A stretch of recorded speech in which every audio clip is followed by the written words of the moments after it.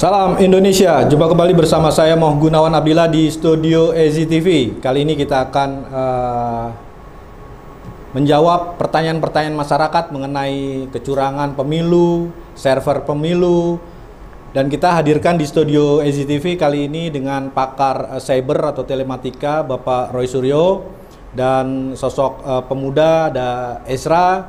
Jadi kita bisa membuat gambaran yang lebih komprehensif bagaimana sebenarnya situasi Indonesia. Ada yang bilang Indonesia baik-baik saja, tapi di pemilu ini masyarakat masih gamang.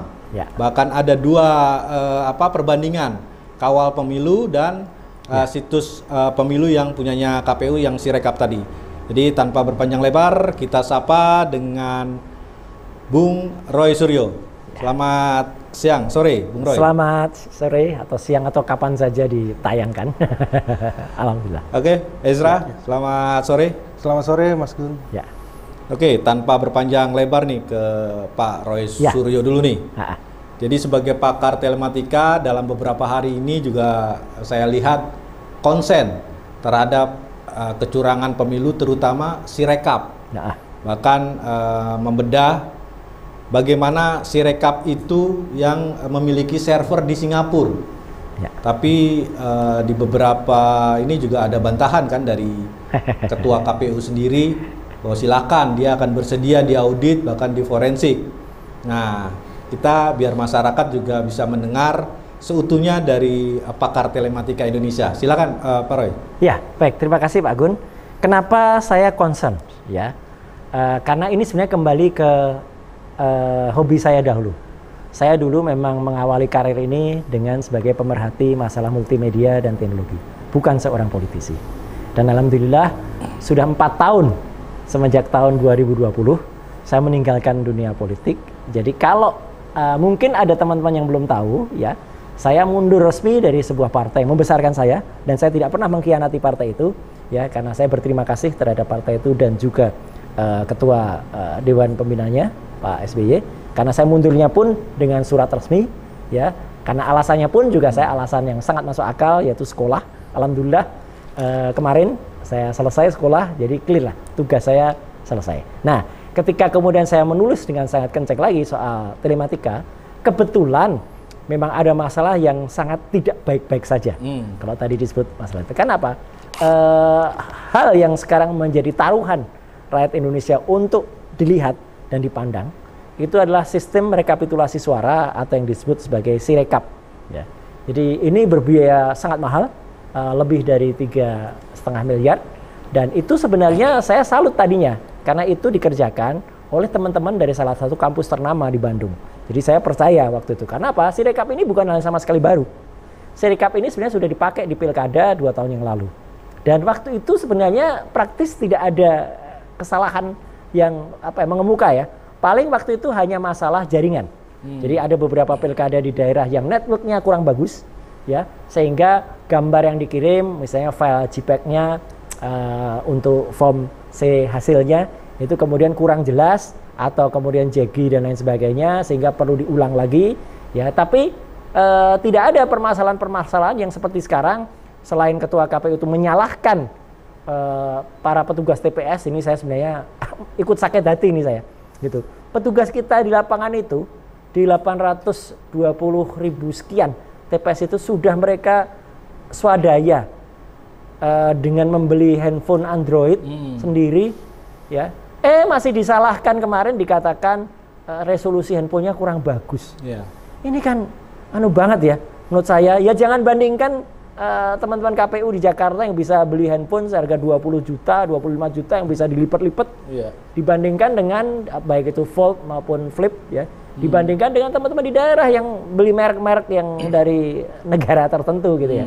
Jadi artinya saya sangat tidak rela gitu. Nah, yang kedua adalah ketika kesalahan itu bukan hanya kesalahan Sirekap tuh bukan hanya kesalahan teknik. Ya. Kalau kesalahan teknik itu misalnya begini.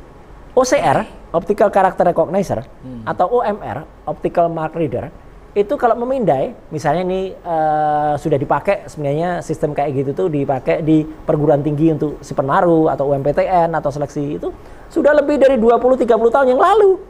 dan lancar-lancar saja gitu. Nggak ada kesalahan. Paling ada kesalahan ya mungkin angka 1 dibaca sebagai 4, angka 1 dibaca sebagai 7. That's it. Nggak boleh. Atau misalnya angka 3 kalau bikinnya agak kepanjangan terbaca jadi 8. Tapi tidak mungkin ada angka 74 terus tiba-tiba dibaca 740. Angka 93 dibaca 930 atau bahkan lebih kalau yang kolomnya ternyata lebih dari 3. Padahal sebenarnya form di C hasil itu sebenarnya cuma 3. Cuma aneh, tiba-tiba bisa tambah ribuan. Kayak ada automatically algorithm yang ditambahkan di dalam program itu. Padahal lagi ya secara teknis ini sangat tidak masuk akal. Sebuah TPS di Indonesia itu sudah didesain Mas Isra, misalnya TPS itu udah desain maksimal tuh 275 atau maksimalnya 300 untuk satu TPS. Jadi kalau TPS itu tiba-tiba bisa melonjak sampai ribuan kayak dulu sempat ada di pondoknya Panji Gumilang dulu yang pemilu yang dulu ya. Itu kan aneh juga sampai ribuan kayak gitu. Nah, ini terjadi tapi tidak hanya di salah satu lokasi, tapi terjadi masif di mana-mana. Bahkan terakhir kemarin semalam Ketua KPU ya HA itu mengatakan bahwa dia harus melakukan koreksi terhadap lebih dari 74.181 angka di Sirekap. Ini kan luar biasa. Kalau 1 atau 2 atau 100 lah kesalahan itu masih masuk akal. Tapi kalau angkanya sudah di atas 10.000, ini kan berarti ada something wrong gitu loh. Padahal misalnya mereka berdalih, ya kan cuman berapa persen dibandingkan dengan 820.000, ya nggak bisa begitu. Ibaratnya kita orang, kita memiliki seluruh fungsi-fungsi organ tubuh. Tiba-tiba mata kita sakit gitu, 1 atau dua-duanya sakit nggak bisa lihat. Kan kita nggak bisa bilang, cuman mata kok, cuman 2 dibandingkan dengan seluruh. Nah 2 mata ini kan vital, gitu loh. Sama dengan data itu yang tempat-tempat itu tempat-tempat yang vital. Misalnya tempat-tempat di mana kantong-kantong suara yang tujuannya, maaf nih, saya agak terbawa lagi nih nuansa politiknya, meskipun saya bukan orang politik. Tempat-tempat di mana kalau itu dijatuhkan angkanya atau dinaikkan, ini bisa cyber terhadap paslon tertentu. Ya, artinya paslon tertentu dijatuhkan di kantongnya dia. Itu kan jelas banget niatnya untuk lakukan cyber. Nah, dan yang menarik yang tadi sudah disampaikan, dan ini memang pertemuan yang sama sekali baru ya, karena baru saya juga yang mengukakan semenjak semalam. Jadi kalau hari ini kita bicara di penghujung pekan ya, semenjak semalam saya kaget karena saya mencermati statement dari Ketua KPU yang mengatakan bahwa Sirekap terpaksa dinonaktifkan dulu karena dikoreksi. Udah, saya langsung teriak, waduh, ada apa ya? Gitu. Insting saya, curious saya kemudian jangan-jangan ada sesuatu, dan ternyata benar.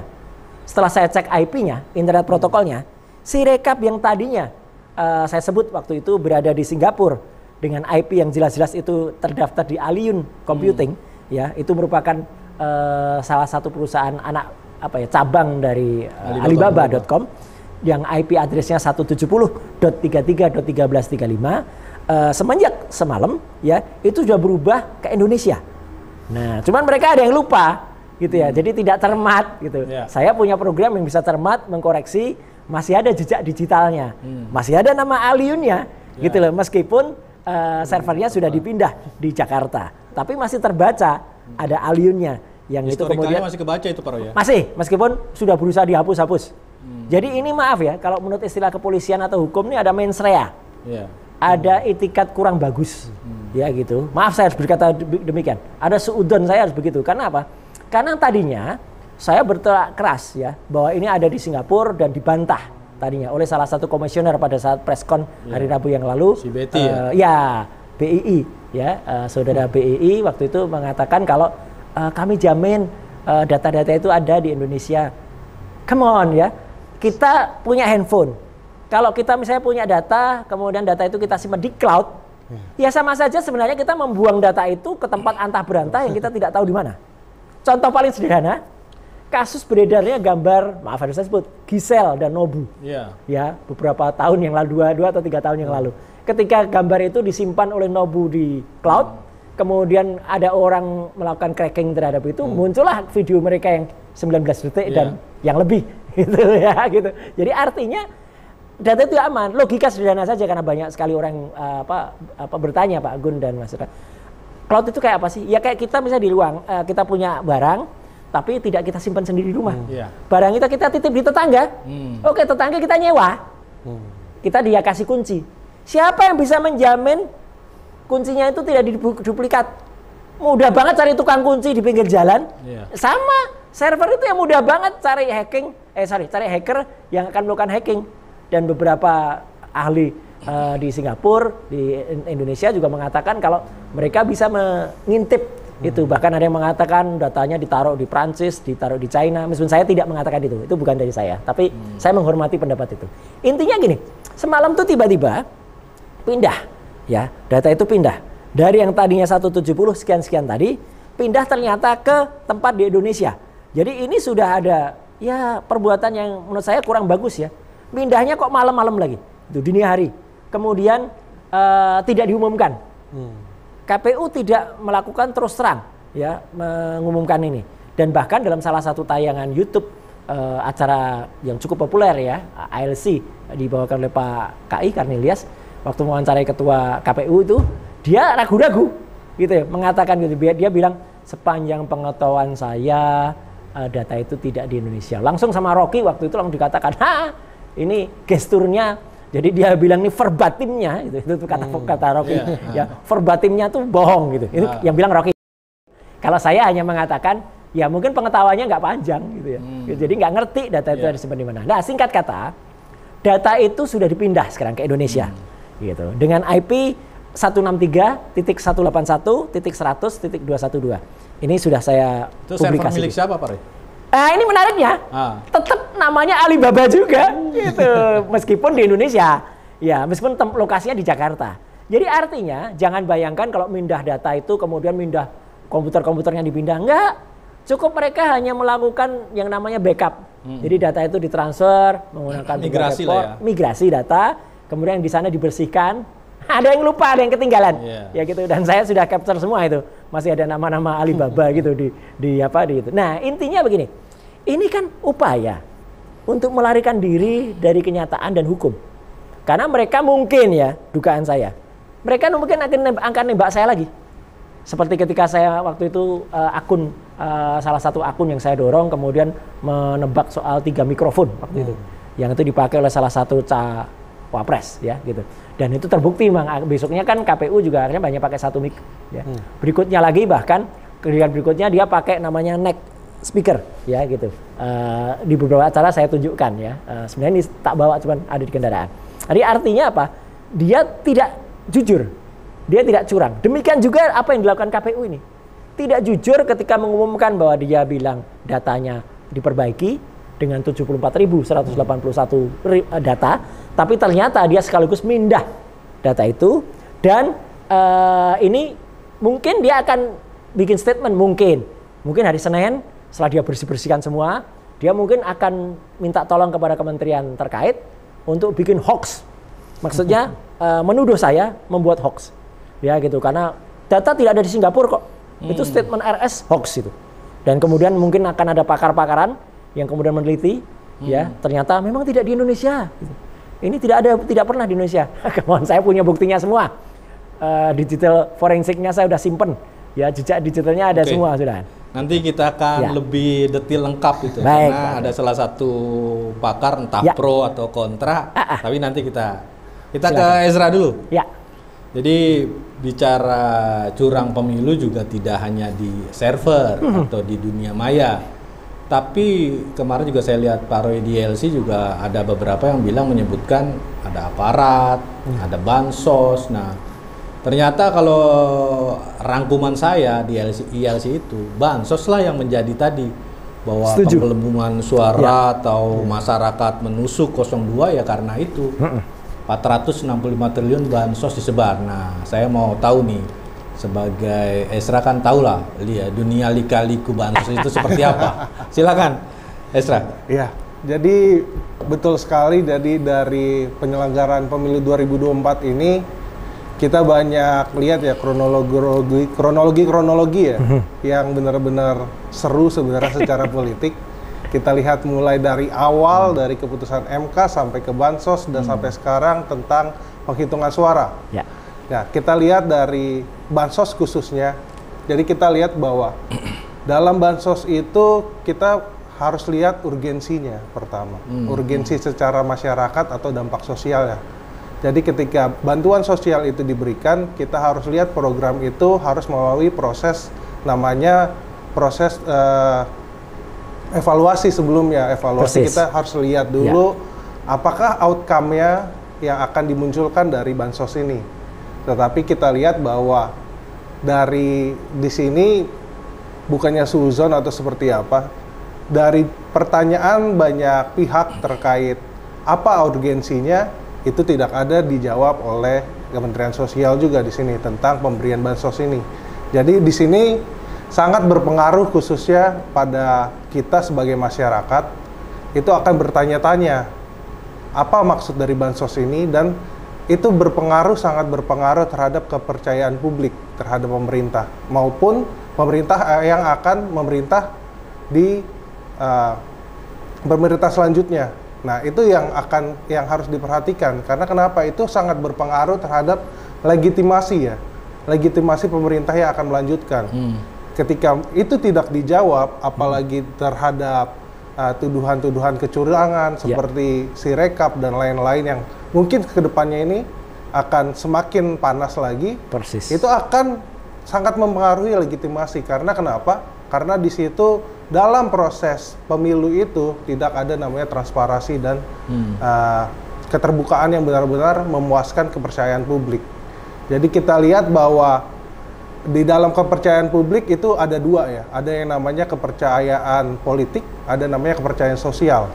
Kalau kita lihat bahwa kepercayaan politik itu sangat berpengaruh dari bagaimana peran pemerintah dalam menjunjung tinggi hak-hak politik setiap warga negara, bagaimana pemerintah dalam menjalankan kebijakan, dan bagaimana pemerintah salah satunya dalam menyelenggarakan pemilu di pergantian pemerintahan ini. Jadi itu sangat berpengaruh dan harus sangat diperhatikan ya. Setuju. Jadi kita lihat kalau dari proses dua ini aja jawabannya masih belum ini, apalagi penghitungan suara. Karena dari bansos pun walaupun itu sebenarnya bukan hal-hal yang baru ya. Kalau kita lihat bahwa bansos, kenaikan gaji ASN atau segala macam di menjelang pemilu ini itu adalah program-program settingan. Iya. Kita lihat bahwa itu sudah mungkin bukan di Indonesia doang, tetapi itu harus dibuat sedemikian rupa untuk benar-benar ada urgensinya, jangan benar-benar gamblang seperti itu. Seperti itu, Mas. Oke, makasih Esra.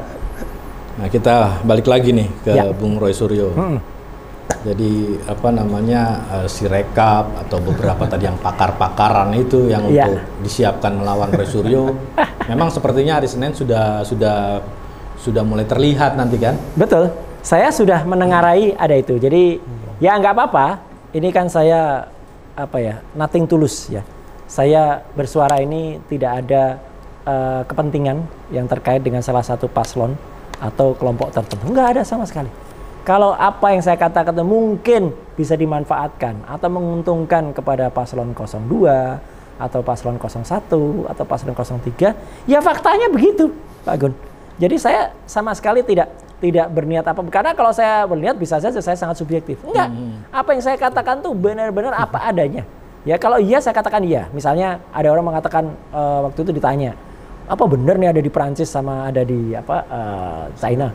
Itu kan lebih heboh lagi sebenarnya. Tapi saya pun menjawab tidak. Saya tidak meneliti sampai ke sana. Mungkin itu subdomainnya, karena itu cloud, mungkin dia cloud share-nya sampai ke sana mungkin.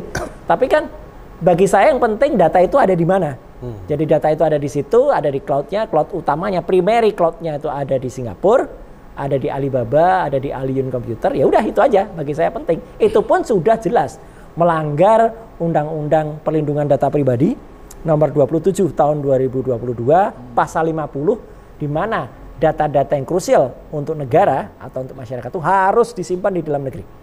Ya, itu aja jelas betul. Meskipun ada peluangnya karena undang-undang itu kan baru disahkan Oktober 2022 yang lalu dan baru berlaku 2 tahun. Ya, 2024. Cuman kan ketika undang-undang itu benar-benar sudah berlaku, artinya ya presiden baru sudah terbentuk, ya sudah ada kesalahan, ibaratnya kita mau ke studio ini gitu ya, Iya. ke SC studio ini. Saya tahu jalan daerah dan ini misalnya ditutup, tapi saya nekat lewat situ, meskipun nutupnya baru besok gitu. Tapi saya udah nekat dulu lah kan, besok nggak bisa pulang dong, gitu. Artinya ketika itu terjadi. Jadi contohnya kayak gitu. Tapi yang menarik tadi dari Bung Roy kan mengenai kantung-kantung Ya. capres tertentu, Ya. partai tertentu, Betul. itu ambruk. Ya, Nah, ini kan pada tanggal 5 Januari, salah satu kawan debat Pak Roy itu di LC, Kudori, tanggal 5 Januari dia memprediksi dan sama persis dengan hasil hitungan. Dan saya dapat bocoran, ya entah ada lembaga survei atau pakar ITB yang memang kolaps di Singapura. betul. Nah, itu. Ya. Jadi kalau bisa kita runut day by day-nya dan orang-orang Ya. oknum-oknum tersebut hingga tadi bahwa ini war, perang psikologi hingga akhirnya menjatuhkan mental lawan politik. Setuju Pak Agun. Silakan, Pak Roy. Setuju Pak Agun. Jadi artinya meskipun saya bisa aja meneliti rekaman itu, ya, secara forensik rekaman itu diteliti apakah videonya benar-benar di syuting pada tanggal 5 Januari 2024 atau tidak, ya. Meskipun ya backdrop di belakangnya jelas betul angka tanggalnya, ya. Tetapi kan bisa saja mereka bilang wah itu kan mungkin tanggalnya ya bisa aja lah namanya orang mau menghindar atau mau ya kayak mindah data server itu malam-malam kayak maaf harus saya bilang kayak pencuri gitu ya, maling gitu, malam-malam mindah tanpa omong gitu kan. Nah itu bisa jadi, tapi kan itu jelas merupakan bagian dari yang kalau orang menyebutnya TSM. Cuman sekali lagi saya memang belum meneliti ke sana. Karena apa? Karena saya mau concern dulu ke Sirekap dulu, ya gitu supaya apa? Audit forensik IT-nya dan audit investigatif yang mau diusulkan oleh teman-teman ICW, Indonesia Corruption Watch dan teman-teman Kontras untuk orang hilang itu bisa jalan. Gitu. Kalau itu jalan sebenarnya udah clear banget gitu ya. Karena itu nanti akan bisa mendorong ketika teman-teman di DPR itu akan melaksanakan angket. Karena sebenarnya angket ini juga simple. Cukup 25 orang dari 2 fraksi jalan dia. Cuman kan kok kayaknya aneh banget gitu. Kayaknya justru fraksi terbesar kok agak kayak main ada yang disandera mungkin. Nah, itu politik banget ya. Tapi kan saya hanya menggunakan kata-kata ketumnya kayak main yoyo gitu ya. Maju mundur gitu kayak enggak berani, padahal yang lain kayak 01 itu udah jelas banget gitu kami partai-partai pendukungnya. Itu udah belakang dulu. Tapi ya sekali lagi saya tidak mau masuk ke urusan politik ya. Gitu. Hanya saya yang dulu pernah 2 kali periode di DPR sangat paham betul bahwa angket itu memang ya terus terang saja nanti gitu-gitulah gitu. So-so lah gitu. Bantahan pertama dari pihak KPU atau ini kan ya ntar mudah aja atau dari Gibran dia ke MK atau ya ada C1. Iya. Gitu. Jadi mereka kan melihat bahwa memang aturannya kalau ada perselisihan administratif penyelesaiannya di Bawaslu. Kalau ada perselisihan angka selesainya di Mahkamah Kalkulator. Ya, angka ya kan gitu. Ya mungkin sekarang angka 74.181 kalau dibandingkan dengan 823.000 TPS nggak ada apa-apanya. Tapi kan sekali lagi seperti yang saya sampaikan di awal tadi, gitu. Kalau itu nggak ada apa-apanya, tapi itu mata kita yang vital, ya cuma 2, tapi itu merupakan bagian yang vital, selesai lah. Jadi artinya gini, saya memang diminta juga oleh teman-teman yang masih punya niat dan hati nurani juga untuk terus bersuara secara secara lantang dan jangan belok-belok ke politik. Oke. Gitu. Jadi saya benar-benar hanya lihat teknologinya dan saya justru mengajak sekarang malah Pak Gun dan Mas Ra. Saya mengajak teman-teman pemerhati IT atau pakar IT yang masih punya hati nurani. Saya harus sampai mengatakan demikian. Ya, kalau kalian masih punya hati nurani, speak up. Gitu loh. Bahkan kampus ternama di Bandung pun saya ajak untuk suara lah gitu. Jangan Anda dituduh seperti kantong sansak gitu ya. Di mana-mana kan beredar tuh WA group dari internal kampus mereka gitu yang menunjukkan kalau ada tuduhan gini. Saya pun nggak rela gitu. Ketika kampus yang memang bukan kampus saya itu dituduh kayak gitu pun saya pun nggak rela karena saya membela institusi. Nah, yang lain saya juga mendorong Mas dan juga Pak Agun. Teman-teman akademisi, profesor-profesor ya diawali oleh Prof Kuncoro dari Psikologi Jogja, kemudian profesor yang lain dan guru besar, dosen, doktor yang lain. Ayo jangan terus diam gitu loh. Perjuangan kita masih panjang gitu loh. Kampus ini masih dalam posisi sekarang itu adalah menjadi kemudian ya diabaikan kalau kemarin karena dianggap angin lalu saja gitu. Padahal kan Gerakan nurani ini kan penting banget gitu. Jadi menurut saya, ayo bangkit kembali ya. Dan saya setuju untuk tidak usah masuk ke urusan politiknya, itu urusan teman-teman partai. Tapi kita masuk ke urusan concernnya. Kalau tadi Pak Gun mengatakan, ya itu ada Bawaslu, ada MK ya. Enggak juga sih sebenarnya. Karena apapun yang terjadi, kayak misalnya kemarin statement dari Pak mantan Wakapolri, ya Pak Ugroseno, ketika dalam pertemuan 100 tokoh yang saya ada di dalamnya, dipimpin oleh Pak Din, diinisiasi oleh Pak Yusuf Kala, itu kan juga mengatakan, loh itu sudah jelas. Kalau ada pelanggaran, kalau ada temuan sekecil apapun di server KPU, polisi seharusnya bisa melakukan penyelidikan dulu. Nah, penyelidikan dimulai dengan apa? Ya mencari buktinya ada nggak terjadi penyimpangan. Jelas penyimpangannya sudah ada terjadi pada 74.181 kan. Nah udah bisa naik ke level penyidikan. Nah kalau sudah penyidikan, polis lain server itu. Bukan berarti di polis lain itu servernya diberhentikan. Tidak. Servernya biar jalan. Karena supaya bisa diteliti. Ya, tapi tidak ada kalau misalnya orang lain yang tiba-tiba dia masuk lagi atau ada intruder lagi bisa ketahuan kalau di polis lain. Polis lain secara digital. Ya gitu, polis lain secara fisik boleh pakai pita kuning, tapi polis lain secara digital harus dilakukan sehingga apa? Bisa ketahuan nanti kalau di audit forensik itu, ketahuan nanti misalnya oh dulu pernah terkoneksi dengan Alibaba Singapura, sekarang udah dipindah, ada yang lupa tidak di hapus ya, kemudian tiba-tiba ada backdoor yang masih terbuka, ada kemudian ada script yang dimasukkan atau program kecil yang dimasukkan gitu Pak Gun. Jadi sebenarnya saya tetap menginginkan agar Sirekap ini tetap jalan, tapi sudah dalam pengawasan kepolisian atau sudah dalam pengawasan auditor independen, sehingga apa? Tidak ada yang dirugikan masyarakat. Kalau kita menghentikan, kita satu rugi, uang rakyat dihabis-habiskan buat hal yang sangat tidak sangat tidak akurat itu. Saya kan juga kemarin bisa mengatakan Sirekap itu kan banyak kelebihannya Pak. Iya. Ya toh, lebih lambat, lebih tidak akurat, lebih mahal. Kemudian lebih ngaco gitu loh gitu ya. Nah jangan sampai itu terjadi. Tapi gini, jadi kita harus bicara fair juga nih, biar masyarakat juga tahu. Pak Roy independen. Ya. Saya mau melihat flashback dulu tentang Demokrat. Oke. Ya kan? Iya. Jadi pada tahun-tahun 2009 atau 2014 ya, yang dia suaranya sampai 20 juta. Iya, betul. Nah ini kan dia awalnya dia hanya suara di pemilu pertama 2004 itu cuma 7 kecil. Ya. Nah, artinya ini mirip yang mungkin masyarakat bisa tahu agak mirip Prabowo ya ini suaranya Demokrat pada waktu itu. Ya. Nah, maksudnya biar fair. Kenapa ada bubble seperti ini pada Demokrat? Silakan. Saya bicara sejujurnya. Ya. Ketika 2009, saya waktu itu masih nyalek. Dan alhamdulillah, Pak Gun, Mas Isra, suara saya tertinggi dari semua caleg yang ada di daerah istimewa Yogyakarta dari semua partai. Padahal saya baru sama sekali. Saya orang baru. Ya, meskipun tidak setinggi Komeng ya, gitu, yang sampai jutaan. Ya, karena unik sebetulnya. Atau tidak setinggi Mas yang sekarang tertinggi itu Mas Ibas atau tertinggi Mbak Puan ya yang nomor 2. Tapi saya cukup tinggi waktu itu sebenarnya awalnya saya 150.000 kurang, 140 sekian. Awalnya saya tahu sendiri angka. Cuman ya sudah ada model pencurian-pencurian itu karena apa? Saya nggak ngawasi. Saya waktu itu benar-benar saya masuk ke mungkin kalau saya ceritakan biayanya Mas Ra, orang nggak akan percaya. Saya masuk DPR dengan modal di bawah 500 juta. Padahal billboard saya orang mengatakan gila di Jogja, full di Jogja itu billboard saya ban besar-besar. Saya memang tidak menggunakan rontek, kecil-kecil gitu enggak. Kenapa? Tapi billboard itu juga semuanya temen.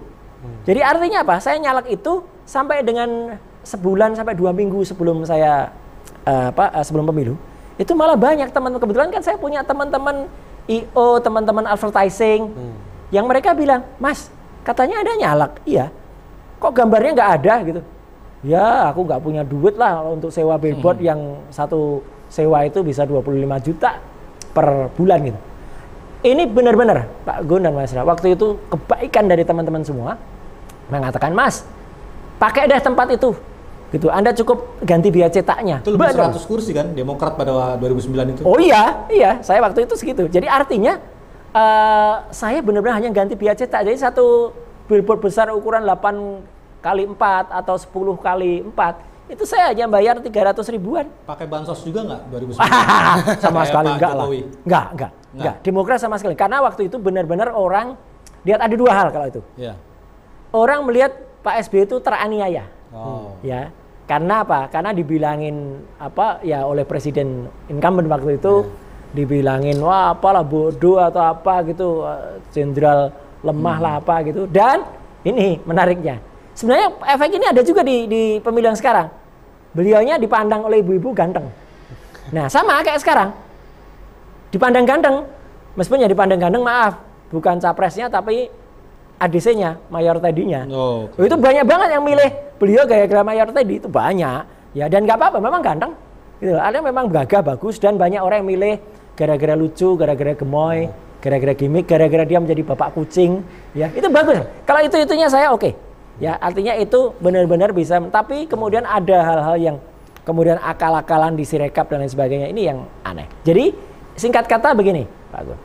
2009 dan 2014 ya, kan Pak SBY menang 2 kali waktu itu. 2009 bersama Pak JK, 2014 bersama Pak Budiono. Ya. Itu pun diprotes digugat oleh paslon lain. Saya ingat betul Pak Wiranto menggugat, ya Pak Wiranto Wahid waktu itu gugat, ya. Dan ini menariknya, saya sempat jadi tim IT-nya Pak Wiranto Wahid juga sebenarnya sebelum bergabung ke Demokrat. Iya, jadi ya saya sih nothing tulus saja waktu itu, ya. Atau misalnya tim IT-nya PDIP waktu itu sempat, gitu. Jadi sebelumnya, tapi sebelum ketika saya masuk ke Demokrat. Tapi ada kayak model Sirekap juga kan 2009? Ada, namanya Situng waktu itu. Situng, dan waktu itu pun saya sebenarnya sudah sempat sama seperti sekarang. Kalau sekarang saya berseteru dengan Pak HA, waktu itu saya berseteru dengan Ibu CM, Ibu Husnul Mariah. Ramai itu disiarkan di SCTV waktu itu ketika saya mengkritik kelemahan dari Situng itu. Ya, saya anggap sistemnya lambat dan lain sebagainya.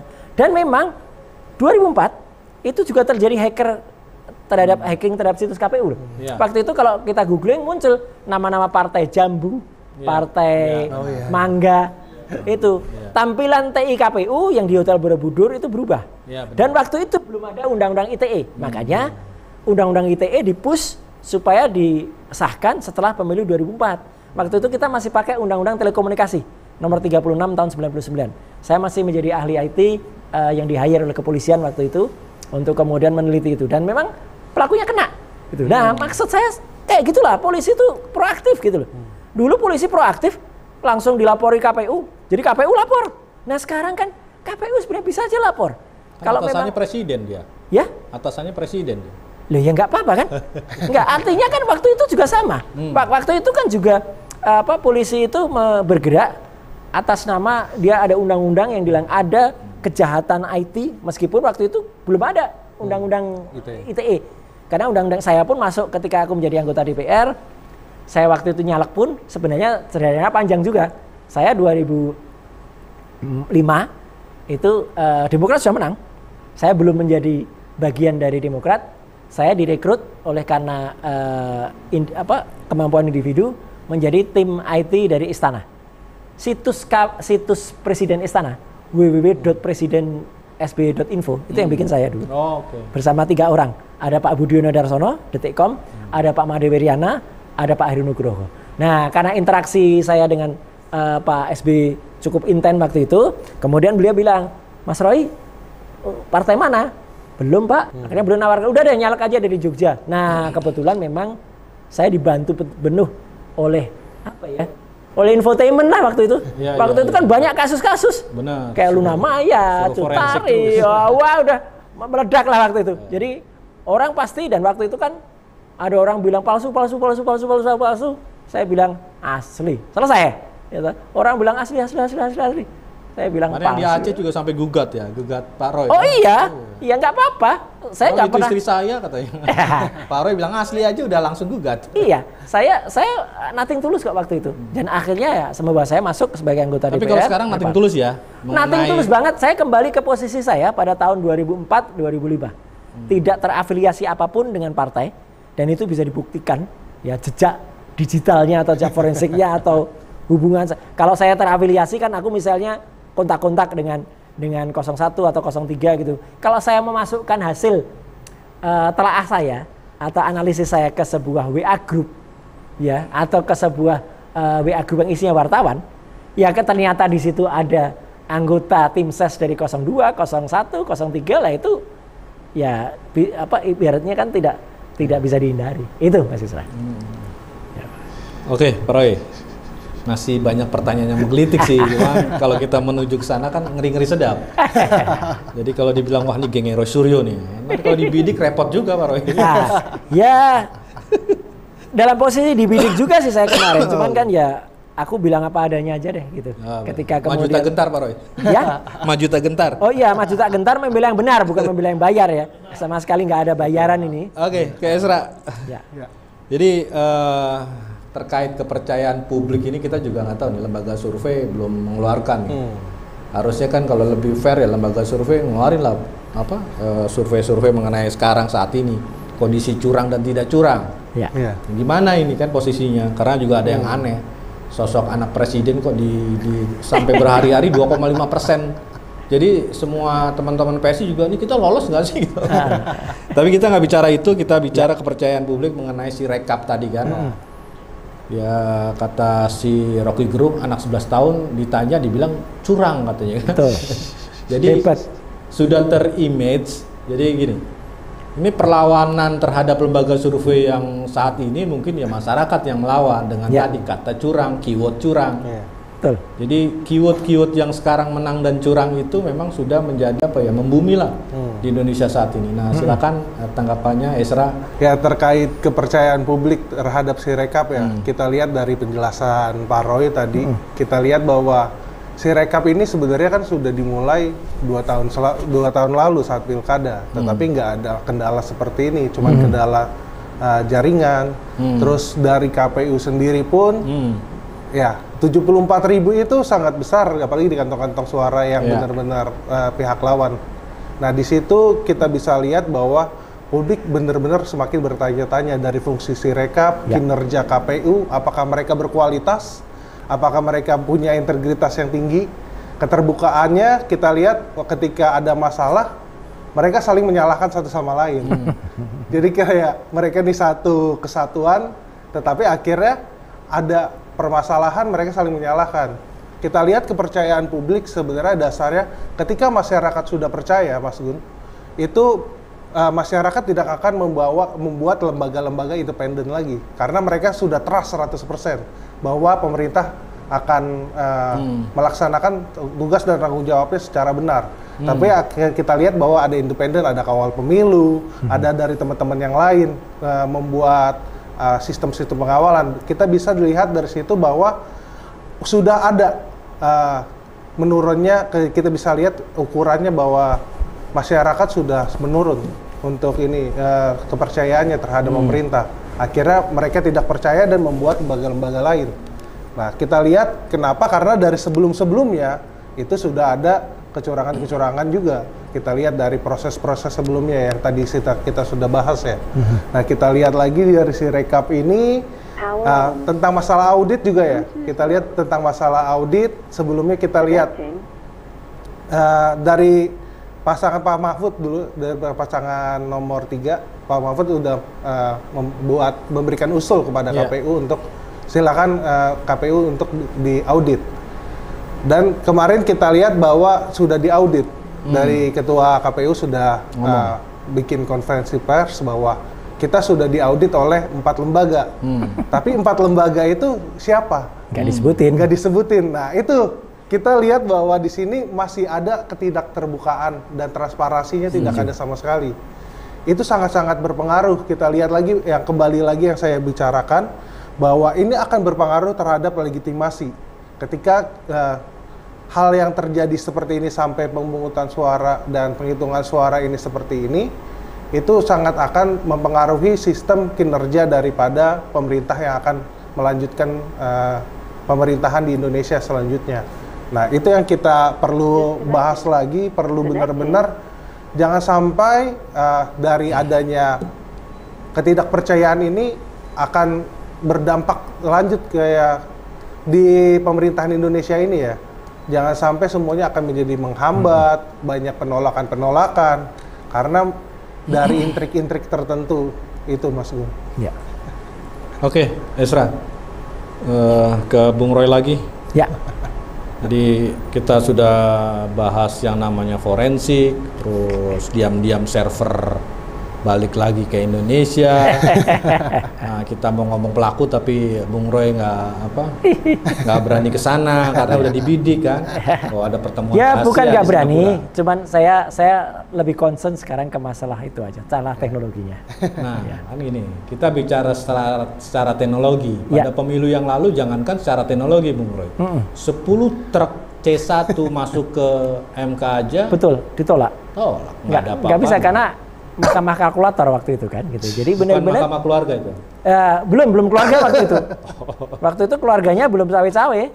Ya, waktu itu mahkamah kalkulator udah Pak Prabowo waktu itu, sebut aja begitu, Pak Prabowo Sandi. Waktu itu yang bikin mengantarkan 10 truk. Akhirnya persepsinya hanya masalah perhitungan kuantitas. Ya ini sekarang yang lagi dikejar oleh teman-teman. Jangan sampai MK itu hanya masalah kuantitas. Jangan sampai juga Bawaslu itu hanya melihat administratif selesai, kayak misalnya bagi-bagi susu di Car Free Day, kemudian yang diputus yang melanggar Pergub DKI. Ya selesai terlalu cetek lah kayak gitu. Padahal sebenarnya kalau mau TSM niat itu sudah ada secara teknologi dari awal gitu. Contohnya apa? Ya, ketika saya tadi cerita misalnya orang mau melakukan kegiatan atau diskusi gitu ya, atau apalah namanya, debat atau apa, tapi dia dibantu oleh orang lain secara tidak jujur, itu pun namanya sudah berbuat curang, ya. Dan waktu itu kan sempat saya tengarai waktu itu, ya gitu, ada alat yang dipasang. Ya, nah, kita mau fokus ke orangnya aja Pak Roy. Jadi kan kalau si alat disalahkan kan kasihan. Ya, alat diam ini. Betul. Maksudnya para pelaku ini kan. Saya justru lihat alatnya ada, alatnya bisa digunakan, dan saya berani meyakinkan bahwa alat itu ada. Misalnya apa?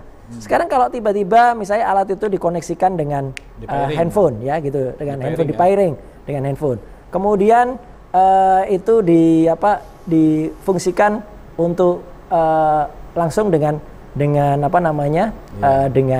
handphone yang lain, otomatis kan bisa juga kita dengarkan di sini. Ya, waktu itu ada headset yang kemudian headset itu harus ada, orang nyebutnya ada bantal kesehatan ditaruh di belakang karena wireless. Tapi itu kan akhirnya setelah dikritik orang kan, kemudian kan orang bilang wah ini banget terlalu menyolok gitu loh. Nah yang nggak menyolok pun juga ada. Kalau misalnya yang dipakai Paro ini sekarang, jangan-jangan. Ya. Oh, udah dipakai nih kan, nggak kelihatan nih. Nggak kelihatan. Jadi artinya apa? Saya pakai sebuah alat. Dengar nggak? Ada orang bicara. Mungkin kalau saya dekatkan ke sini, baru terdengar. Nih alatnya. Oh iya. Nih. Iya. Nah kalau ini didekatkan, makanya kalau dia pakai mic handheld, itu lebih mudah kontrolnya.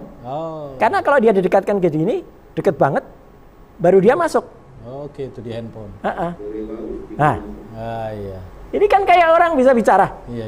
Ini saya drive dari handphone yang ada di luar. Ini bisa diganti orang itu. Tapi kalau dia agak jauh dikit, itu kekuatan berapa meter itu? ini Bluetooth. Iya, berapa meter Bluetooth? Oh, bisa 5 meter. Bisa berapa? Jadi artinya apa? Alat ini, nah ini, kalau begitu deket banget baru dia kedengaran. Iya. Itulah prinsip dari unidirectional microphone, ya, bukan omni. Ketika kemudian dia didekatkan baru bunyi. Makanya aman banget dia pegang mikrofon begini. Karena apa yang dia dengar tidak kedengar. Dan waktu itu ya saya bisa menduga aja. Itu dimasukkan ke dalam kantung, lipatan jasnya. Jaket. Jadi waktu itu sebenarnya yang 3 itu yang di balik itu. Bukan. Jadi waktu itu yang kedua. Oh, yang kedua. Yang keempat, debat yang keempat. Ya, itu dia awalnya pakai sesi pertama tuh masih pakai masih pakai baju saja. Tapi ketika kemudian masuk sesi kedua, begitu pertanyaan, dia udah pakai jaket dan jaketnya diginiin. Oh, Naruto. Wah, Naruto supaya di dalamnya nggak kelihatan ada apa-apa. Oh. Ya. Apakah itu pasti dipakai oleh dia? Saya hanya mengatakan alatnya ada. Jadi saya nggak memastikan juga alatnya ada dan mungkin terjadi. Ya, Mas Ra bisa mendengar nih. Kalau dipakai, nah ini. Oh, jelas. Iya kan? Jelas bagi Anda. Jelas. Tapi kan tidak masuk ke mic. Iya kan? Nggak ada, karena mic-nya, apalagi mic-nya mic handheld. Coba segitu, kedengeran nggak? Kedengeran jelas. Nggak, masuk mic nggak? Masuk mic? Oh iya. Enggak. Nggak kedengeran ya? Kecuali mic-nya diarahin ke speaker itu. Inilah, jadi sekarang tuh banyak banget yang lu kayak gitu. Apakah alat itu sekarang kalau mau cari jadi barang bukti ya pasti udah dimusnahkan. Gitu. Jadi, nah mohon maaf Mas Gun dan juga Pak Gun dan juga Mas. Mungkin ya apa yang saya katakan tuh orang-orang itu mengadu-adu terlalu berlebihan. Come on, hal kayak gini bukan, bagi saya bukan hal yang mengada-ada. Banyak di acara yang lain, saya waktu itu di podcast lain saya nunjukkan ada kamera, ada mikrofon yang bisa kita sembunyikan. Itu banyak banget alat-alat kayak gini tuh, bahkan itu bisa disembunyikan sampai nggak kelihatan. Artinya apa? Ini bukan sekadar kalau orang bilang oh itu kan hanya curang teknis. Enggak, ini sudah ada desain pemikiran. Jadi semua itu sudah ada struktur. Iya, blueprintnya lah. Betul, sudah ada terstruktur. Kemudian kalau untuk perhitungan masif itu dilakukan. Kenapa? Di dalam debat-debat dipakai, gitu loh. Dia memang yang pakai. Kalau yang capresnya sih saya percaya penuh, hormat saya. Beliau malah jujur gitu loh. Tapi kemudian apa? Yang lainnya misalnya masif ya, masif dalam perhitungan suara di Sirekap tadi. Jadi artinya tolong berpikir tuh open mind. Jangan hanya berpikir TSM itu harus sekian ribu bandingkan 823.000, dia separuh lebih baru dia bisa diputuskan. Enggak. Itu tuh harus ada sedikit kecil apapun, itu sudah ada pelanggaran. Sekecil apapun, polisi bisa masuk dan memeriksa Sirekap itu, memberi polis line, dan kemudian setelah IT melakukan digital forensik, ya, melakukan audit investigasi digital, ya, audit forensik, kemudian akan ketahuan. Begitu alat itu jalan, jangan dihentikan. Kalau dihentikan kan nanti nggak ketahuan, nanti ada intruder apa. Biarkan jalan, kayak kita punya mobil, ya. Kalau kita mau melakukan diagnostik pada sebuah mobil, kan mobilnya harus hidup. Mobil hidup, kemudian ada colokan tertentu, ya kan, ada komputer tertentu, ada ECU-nya, terus kita tempelkan di situ, ada komputernya, bisa kita lihat, oh ini businya yang nomor 4 udah lemah. Oh ini kabelnya, kalau Mercedes misalnya, oh ini kabel harnessnya harus ganti. Kayak gitulah gitu.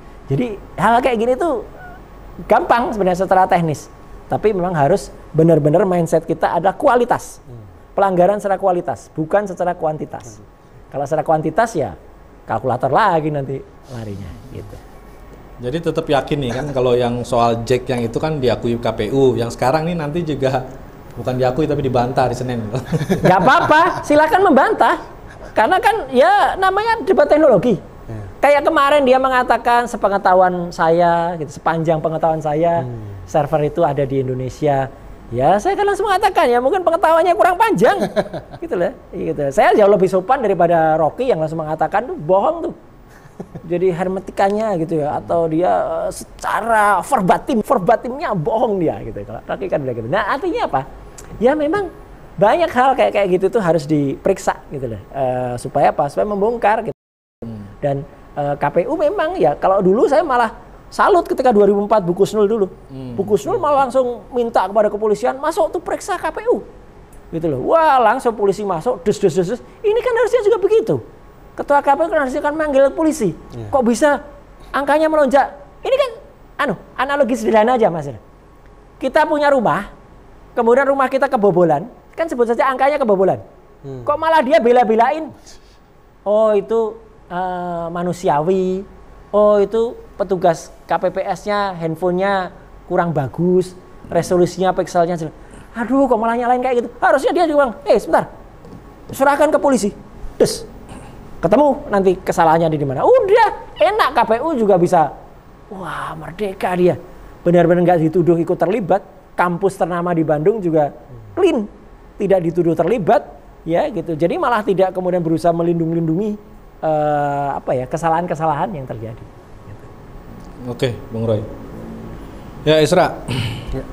Jadi kita tadi udah bicara mengenai kepercayaan publik, sudah analisa si server Sirekap itu.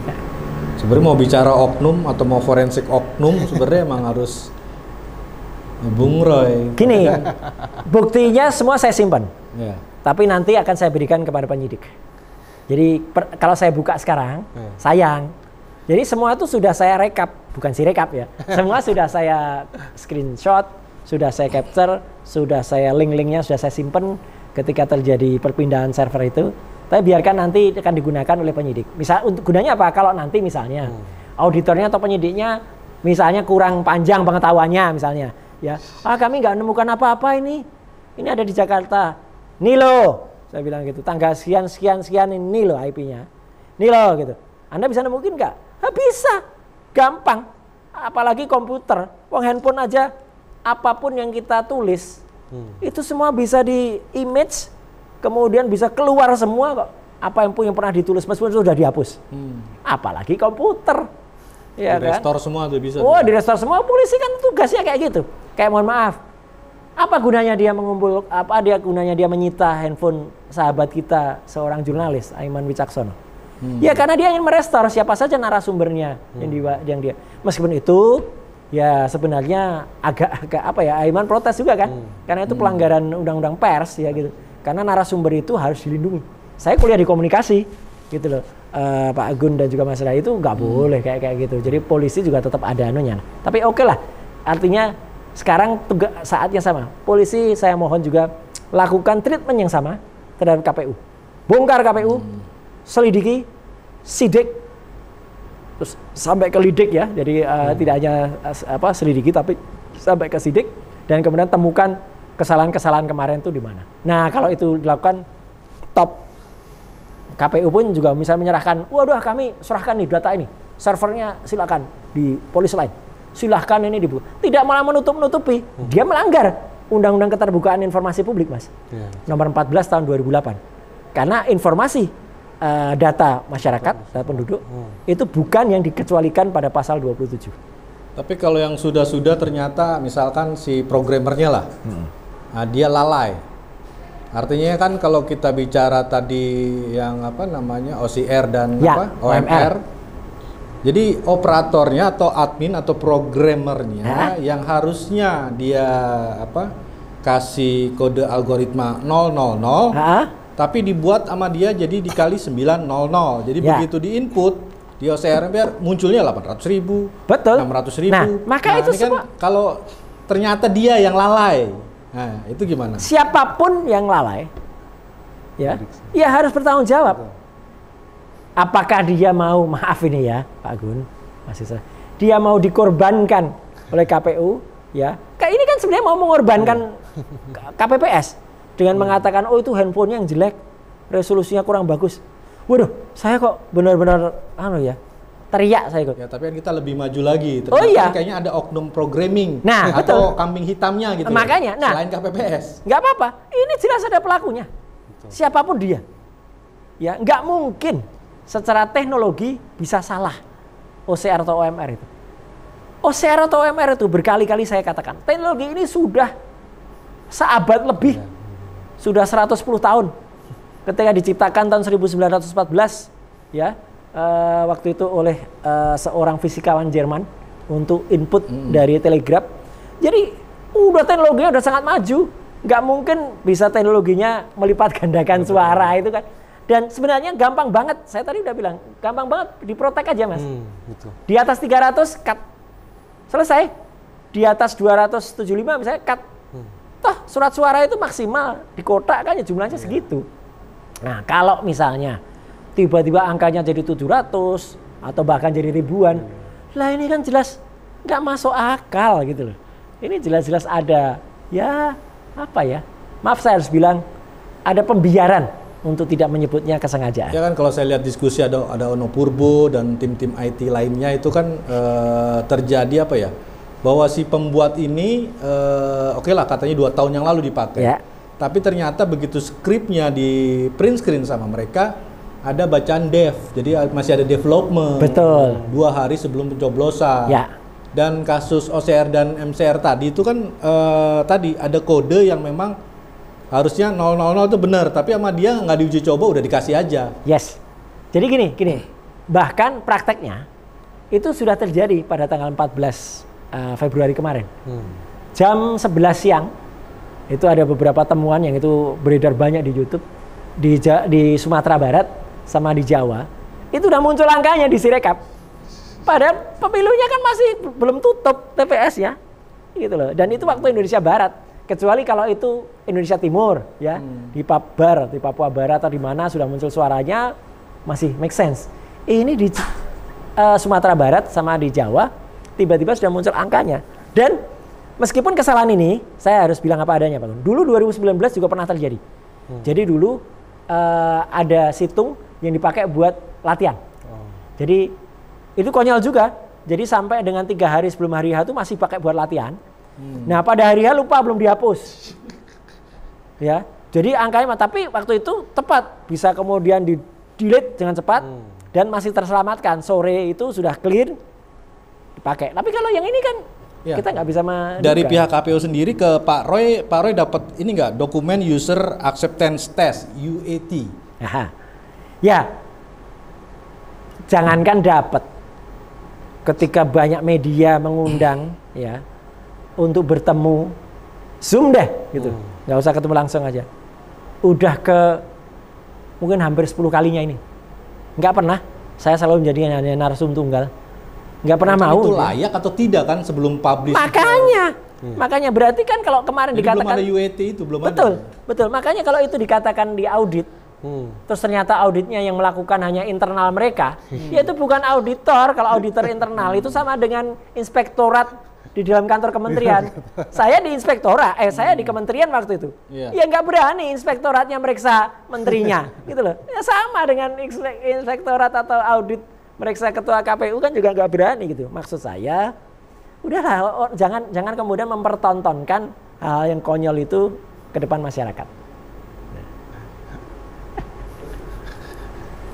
Ya kayak serah lah. Jadi kalau kita baca detailing semakin banyak dosa KPU kan. Oh iya, betul. Jadi belum dikasih juga dokumen yang namanya uji tes tadi si rekap itu apakah layak dipakai atau tidak. Sekelas ahli cyber aja tidak tahu gimana masyarakat Indonesia kan. Betul. Ya. Jadi kita bicara oknum lah tuh Esra nih. Jadi tadi udah dapat gambaran luas lah dari Pak Roy kan. Jadi sebenarnya ini sosok-sosok tadi kan kalau saya bilang nih kayaknya ada nanti yang dikambing hitamkan atau dikorbankan nih. Nah menurut gambaran Ezra, terus kalau kita ngeliat ILC, kalau kata si Rocky Gerung, bohong dia tuh. Karena ngeliat tadi gestur, lihat apa. Nah kalau Ezra sendiri pandangannya seperti apa? Silakan. Kalau pandangannya kita belum bisa lihat benar-benar sampai ini ya, kalau ada pembuktian langsung. Tapi dari sini kita lihat ya bahwa memang ada indikasi untuk mencari kambing hitam. Jadi bisa jadi dari KPPS yang sekarang, dan kemungkinan itu yang sangat bisa dimungkinkan yang Mas Gun tadi sampaikan bahwa programmer aja yang akhirnya bisa dijadikan kambing hitam, dikorbankan lah. Dengan istilah dikorbankan, kita lihat ini. Kenapa? Karena tidak mungkin kita pasti KPU atau ini itu sangat berpengaruh sama legitimasi nanti ya. Yang saya bilang akhirnya dicari kemungkinan yang mungkin sedikit bisa menyelamatkan legitimasi dari KPU ini. Makanya kita lihat, tapi itu yang betul tadi Pak Roy bilang ya, bahwa kalau yang pasti punya nurani istilahnya, kita harus bisa benar-benar bisa lihat ini secara kacamata nurani kita aja, secara nurani bahwa ini ketika ada yang salah, jangan sampai hal yang tidak seharusnya salah itu dikambing hitamkan. Jadi kita lihat itu kemungkinan yang sangat-sangat bisa muncul lah, apalagi dari programmer, dari KPPS saja yang kita lihat di sini KPPS sudah dikambing hitamkan, disalahkan. Nah, kita nggak tahu siapa lagi yang nanti akan disalahkan. Iyalah. Moga-moga negara kalau kata Pak AHY sudah baik-baik aja, sudah dapat jabatan. Jadi kalau kayak kita nih belum dapat jabatan, kita bilang tidak baik-baik saja. Jadi kita udah 1 jam ini. Ya, dan kalau saya tambahkan dikit ya, kalau tadi ramalan saja, saya makanya tidak akan menyebut nama orang atau apa. Saya lebih baik nyalakan teknologinya, nyalakan mesinnya. Karena kalau dinyalakan mesin, kemudian nanti di audit forensik, atau identifikasi, ya nanti berujung ke penanggung jawabnya. Ya. Udah itu lebih clear. Dan saya sebenarnya menggunakan dasi ini sindiran sebenarnya untuk KPU. Apa tuh? Ini sebenarnya nanti yang akan ketangkep tuh ya dia tikus ini. Tuh. Ini kan komputer. Ya nanti yang akan ketangkep tuh yang sama sekali tidak masuk akal. Iya, tadi saya bilang kan Lah ya, programmernya. jadi bukan programmernya tapi itu kesalahan mouse. Nah, terus mouse-nya apa? Terus dicari tikus beneran nih. Ya, jadi yang salah tikusnya, bukan mouse-nya. Nah, itu nanti akan ketemu gitu. Jadi Pentest, UET itu setahu Pak Roy belum ada itu KPU tuh. Bukan belum ada, saya belum melihat. Ya, kalaupun ada mana? Saya boleh ikut baca nggak?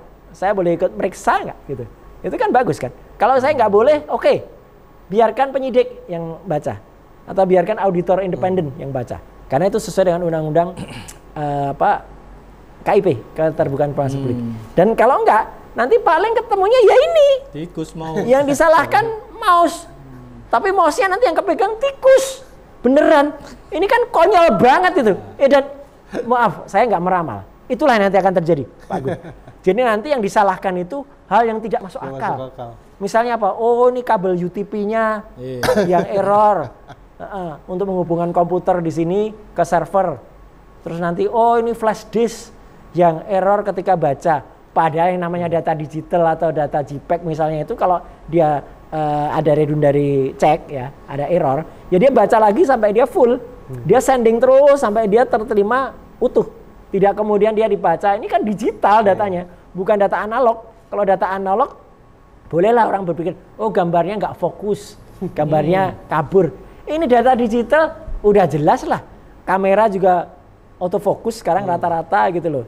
Kok masih nyalain kameranya. Jadi itu Pak Gun. Jadi saya mohon maaf harus meramalkan bahwa nanti mungkin akan kecewa kalau tidak misalnya didesak benar oleh para akademisi, oleh para pemerhati, oleh teman-teman dari ICW, teman-teman dari Kontras atau teman-teman dari Komnas HAM mungkin itu untuk apa? Karena ini benar-benar merugikan rakyat Indonesia, membuat pemilu menjadi tidak bermartabat, menjadi KPU kemudian tidak diakui atau distrust di masyarakat. Ini fatal. Dan nanti apalagi ketemunya pelakunya adalah mouse. Jadi kalau kata mobil kan direkol ya harusnya ya. Betul. Ada gagal apa harusnya direkol kan? Padahal kan gampang, mobil misalnya salah sepele yang itu nggak ganggu. Misalnya. Ini. Kalau rem masih fatal. Misalnya kan saya kemarin baca, ada nggak usah saya sebut lah. Ada misalnya mobil remote untuk spion sebelah kiri. Itu nggak tepat. Itu aja direkol. Apalagi ini gitu loh. 3,5 harganya. 3,5 M, kesalahannya sudah 74.181 dengan bangganya bilang kesalahannya 74.181.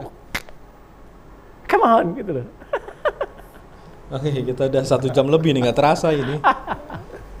Kita penutup aja langsung lah. Siap. Nanti ke Isra dulu, closingnya baru ke Pak Roy. Silakan closingnya. Jadi buat di sini kita lihat bahwa kinerja KPU harus diperbaiki dan biarlah transparansi dan benar-benar menjalankan amanat dari kita sebagai rakyat Indonesia, sebagai penyelenggara pemilu ini benar-benar dijalankan dengan baik. Setuju. Jangan sampai ada delegitimasi ya terhadap pihak lembaga KPU ini. Ya, setuju. Karena apa? Karena tidak adanya keterbukaan dan tidak adanya ketegasan. Jadi benar-benar jika sudah dikasih kepercayaan, ya silahkan terbuka, silahkan kasih informasi yang benar-benar akhirnya kita bisa percaya. Jangan sampai nanti ke depannya yang muncul akhirnya nanti auditor-auditor dari internal dan nanti hasilnya juga kita lihat ada mouse-mouse ya yang nggak masuk akal. Jadi di sini kita sebagai akademisi juga ya, untuk para akademisi, para pemerhati semuanya di sini yang mempunyai nurani, ayo kita benar-benar mendukung bahwa harus adanya terjadinya pemilihan pemilu yang benar dan baik. Oke, silakan closing statementnya Pak Roy. Simpel aja, saya mengajak sekali lagi, mengajak para akademisi, mengajak para peneliti, mengajak para pakar untuk speak up, ya gitu. Karena Anda bisa menyelamatkan bangsa ini. Jangan Anda berpikir, oh ini kan urusan politik, kami teknologi. Enggak. Tadi contoh contohnya semua banyak. Mulai dari contoh alat teknologi yang bisa digunakan untuk mempengaruhi politik, sampai dengan situs KPU yang kemudian Sirekap yang ternyata itu kesalahan teknis, tapi bisa digunakan untuk, maaf ini, indikasi tindak kejahatan, sampai dengan upaya-upaya lain yang itu bisa membuat terjadinya TSM, ya, terstruktur, sistematis, dan masif. Jadi saya sekali lagi mengajak semuanya, ayo bangkit, gunakan hati nurani, ya. Peneliti bisa saja salah, tapi Anda tidak boleh bohong, ya, gitu, sekali lagi. Apalagi mempertaruhkan keilmuan Anda untuk membuat kebohongan atau berbuat kejahatan. Itu namanya kayak film dalam AADC 2. Jahat. Nah, tuh. Oke, Pak Roy, terima Siap. kasih bincang-bincang kita di studio EZTV ini. Terima kasih. Semoga bisa mencerahkan dan masyarakat, rakyat Indonesia juga bisa mengetahui dengan clear dan bahwa masih ada hal-hal yang ditutupi. Ya. Bukalah agar rakyat Indonesia juga percaya kepada pemilu kali ini. Mungkin itu.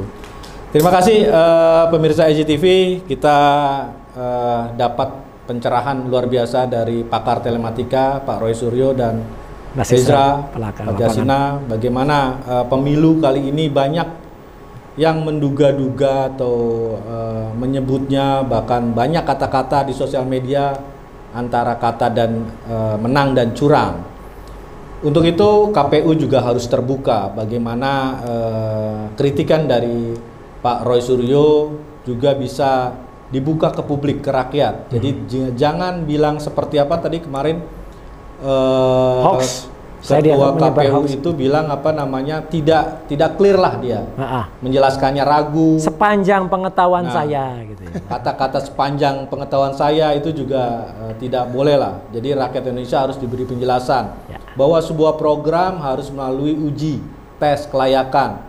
Ini harganya 3,5 miliar dan salah ketika ini sedang berjalan. Tidak mungkin dihentikan, tapi war itu menguntungkan salah satu paslon dan itu tidak baik. Dan masyarakat Indonesia harus diberi penjelasan dan bahkan Pak Roy Suryo juga bisa didatangkan ke KPU untuk diskusi lebih detail.